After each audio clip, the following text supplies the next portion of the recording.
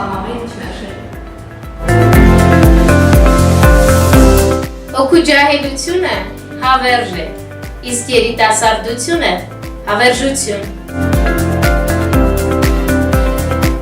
Ջահելների համար հանգստությունը, մշտապես հենց ինքը անհանգստությունն է։ Երիտասարդները հակված են կարծել, թե իրենք բավականաչափ իմաստուն են, ճիշտն է, ինչպես հակվածները հակված են կարծել, թե իրենք բավականաչափ սթափ են։ Ոչ ոք չի զգում, թե երիտասարդությունն ինչպես է անցնում, բայց բոլորը զգում են, երբ այն անցրել է։